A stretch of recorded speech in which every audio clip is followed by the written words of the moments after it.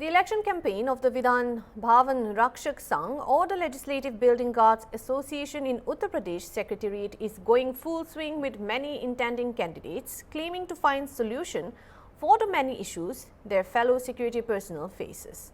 Here is an exclusive Hornbill TV conversation with the intending candidates for the posts of President and General Secretary.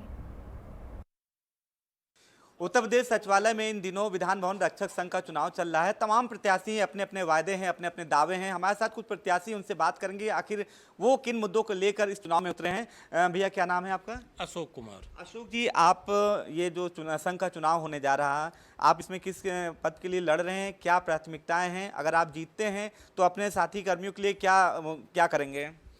हमारी प्राथमिकताएं हैं कि विधान भवन रक्षक संघ के समस्त कर्मचारी अधिकारियों को किसी तरीके की कोई असुविधा न हो और उनको हम ज़्यादा से ज़्यादा मूलभूत सुविधाओं का उपलब्धता करा सकें।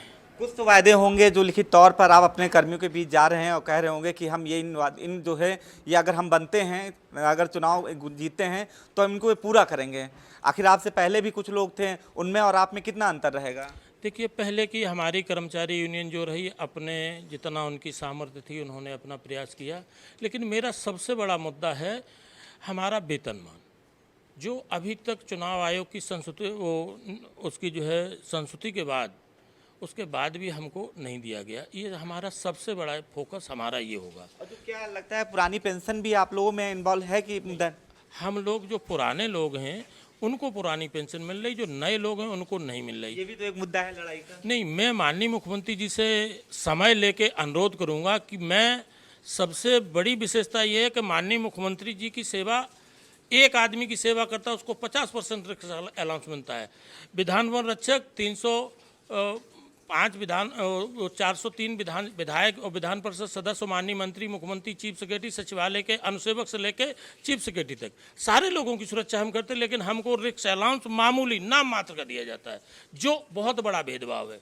विधानसभा सत्र चलता है तो एक विधायक जी 3 गाड़ी, मंत्री जी के साथ 7 गाड़ी, 5 गाड़ी, 9 गाड़ी, गेट पर धूप में मेरा रक्षक जूता है और विधानसभा का अलाउंस विधान भवन के रक्षक को मिलता है, जो बहुत बड़ी अनियमितता है और गलत है। यानी आप अशोक जी हैं, जो बातें हैं वो अगर चुनाव जीतते हैं तो एक जो जेन्युइन तरीका है उसके तहत, लोकतांत्रिक तरीके के तहत मुख्यमंत्री जी से या जो सक्षम अधिकारी हैं उनके पास जाएंगे और अपनी बात को रखेंगे। हमारे साथ अध्यक्ष प्रत्याशी हैं योगेंद्र कुमार जी। सर, आप अध्यक्ष प्रत्याशी के लिए आप चुनाव मैदान में हैं, क्या आप बड़ा पद होता है और क्या प्राथमिकताएं हैं? अगर आप लोग जीतते हैं तो अपने साथी कर्मियों के लिए जो जैसे इन्होंने बातें कही कि जब सत्र चलता है मेहनत आप करते हैं, भत्ता किसी और को मिलता है, तो आप लोग की क्या प्राथमिकताएं रहेंगी अगर आप अध्यक्ष पद के लिए निर्वाचित होते हैं? सर, मैं पहले बता दूं, मैं 2 बार अध्यक्ष विधान भवन रक्षक संघ का रह चुका हूं, वर्तमान में भी मैं अध्यक्ष हूं और हम लोगों ने पूरा प्रयास किया कि संगठन को कर्मचारी हितों का कार्य किया जाए। बहुत से कार्य हुए, बहुत से कार्य अभी बाकी हैं। हमारे जैसे पदों में वृद्धि की जाए और हमारे खाली पद हैं उसकी भर्ती की जाए। अधीनस्थ चयन सेवा आयोग को तो हमने अधियाचन भिजवा दिया है, लेकिन अभी तक अधीनस्थ चयन सेवा आयोग ने हमारी भर्ती को निकाला नहीं। भर्ती कराना है, पदों में वृद्धि कराना है। CISF की रिपोर्ट पे सचिवालय प्रशासन ने सर्वे कराया और गृह विभाग ने कि सचिवालय में हर जगह पर कितने कर्मचारी की आवश्यकता है। उस सर्वे रिपोर्ट को अभी तक सचिवालय प्रशासन विभाग दबा के रखा है। उस रिपोर्ट से हमको पदों की वृद्धि करानी है। कुछ हमारे जो मुख्य सुरक्षा अधिकारी सचिवालय के आए हैं, पुलिस के हैं, उनके द्वारा बहुत से कर्मचारियों का उत्पीड़न किया जा रहा है।